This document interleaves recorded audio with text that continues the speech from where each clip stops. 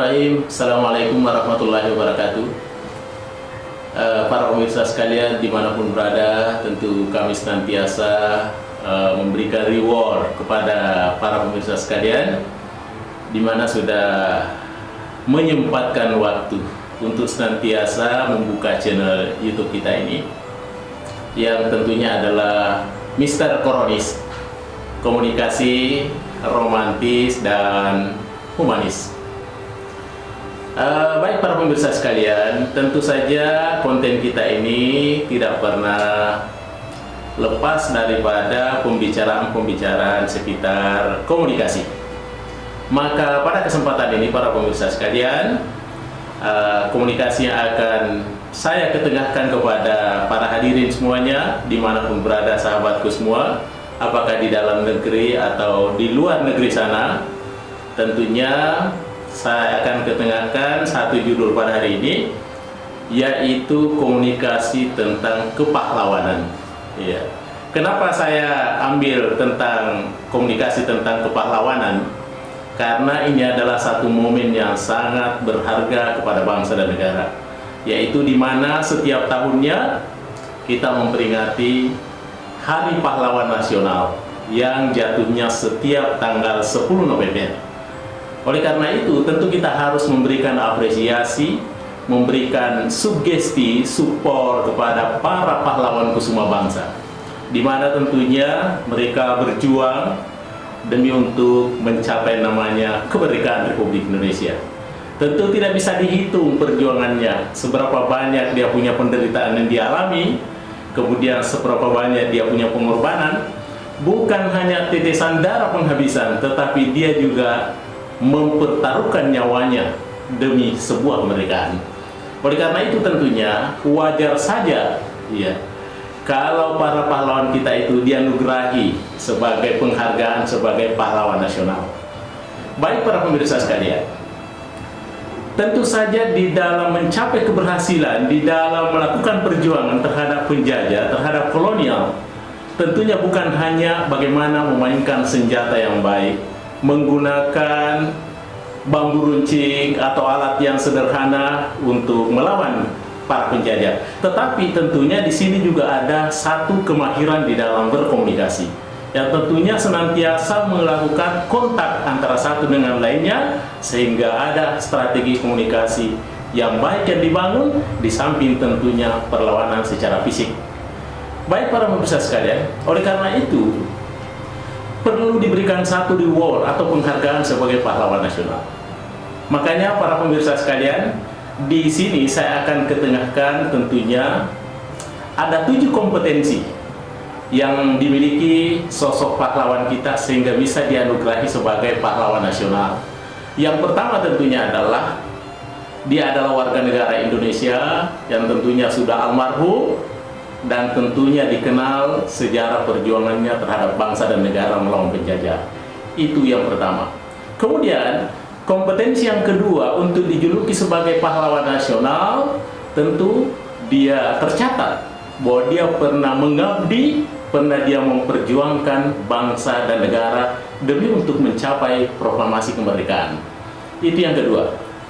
Kemudian syarat yang ketiga tentunya untuk mendapatkan anugerah kepahlawanan nasional, yang ketiga adalah punya konsistensi jiwa atau semangat nasionalisme yang tinggi di dalam memperjuangkan atau melawan penjajah. Ya, itu yang ketiga.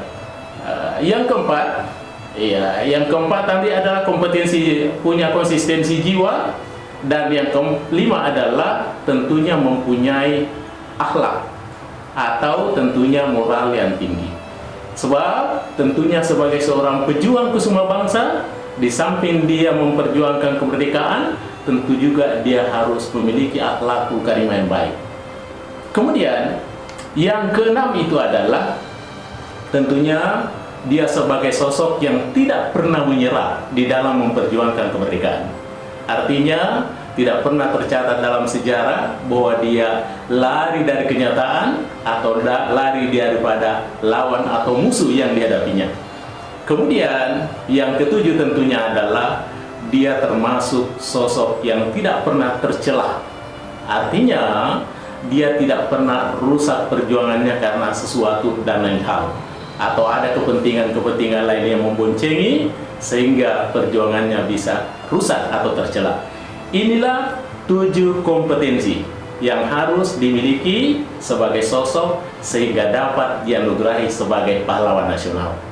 Ingat saudara-saudaraku sekalian, bahwa jumlah pahlawan nasional di negara Republik Indonesia sampai hari ini, tahun 2023, itu sudah berjumlah 200 orang.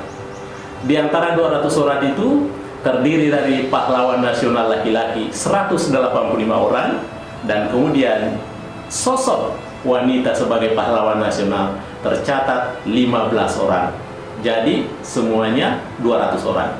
Kemudian berikutnya, apa yang menjadi etnis ya daripada pahlawan kusuma bangsa kita yang 200 itu?